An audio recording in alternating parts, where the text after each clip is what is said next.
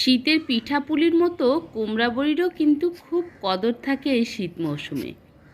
সেই মুখরোচক সুস্বাদু কুমড়া বড়ি অনেক কষ্ট করে যত্ন সহকারে আজকে আমিও বসিয়ে নিলাম।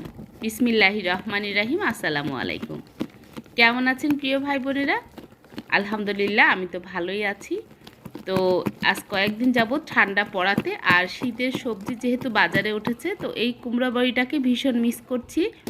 তো আজকে অল্প পরিমাণে, যেহেতু এখনও নতুন কলাই ওঠেনি, অল্প পরিমাণে আমি বড়ি দিয়ে নিলাম পুরাতন কলাই দিয়েই, যে আসলে শীতের সবজি দিয়ে খাওয়ার জন্য।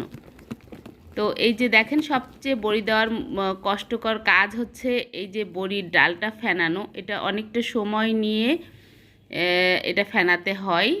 তো এই যে ফেনানো হয়ে গেছে কিনা আমি চেক করলাম, হ্যাঁ আমার ফেনানো হয়ে গেছে। এটা পানির মধ্যে ভেসে উঠলে এটা বোঝা যায় যে এটা ফেনানো শেষ, আর হাতে নিলেও বোঝা যায়।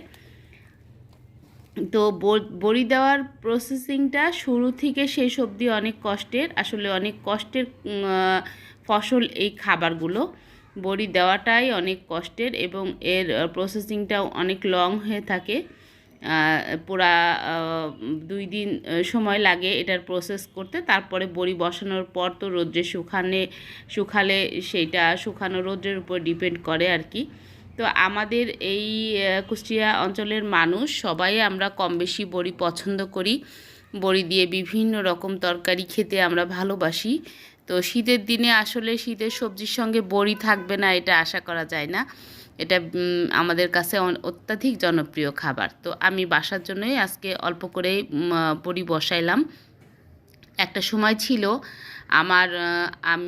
আমার যে উদ্যোগের পণ্য ছিল, আজ থেকে 6 বছর আগে আমার উদ্যোক্তা জীবন শুরু। তো তখন ফার্স্টের দিকে আমার উদ্যোগের পণ্য ছিল এই কুমড়া বড়ি, নারিকেলের নাড়ু, তারপর ঘানিতে ভাঙানো সরিষার তেল, এই ধরনের ট্র্যাডিশনাল জিনিস নিয়ে এই পণ্য নিয়ে আমার উদ্যোক্তা জীবন শুরু করেছিলাম। তো গত বছরেও আমি বড়ি আমার শারীরিক অসুস্থতার কারণে দিতে পারিনি, যেহেতু বড়ি দেওয়া অনেক কষ্টের কাজ।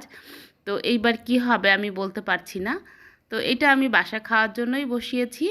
তো সবার জন্য অনেক অনেক ভালোবাসা রইল। সবাই অনেক বেশি ভালো থাকবেন, সুস্থ থাকবেন, ঘরের তৈরি খাবার খাবেন। আল্লাহ হাফেজ।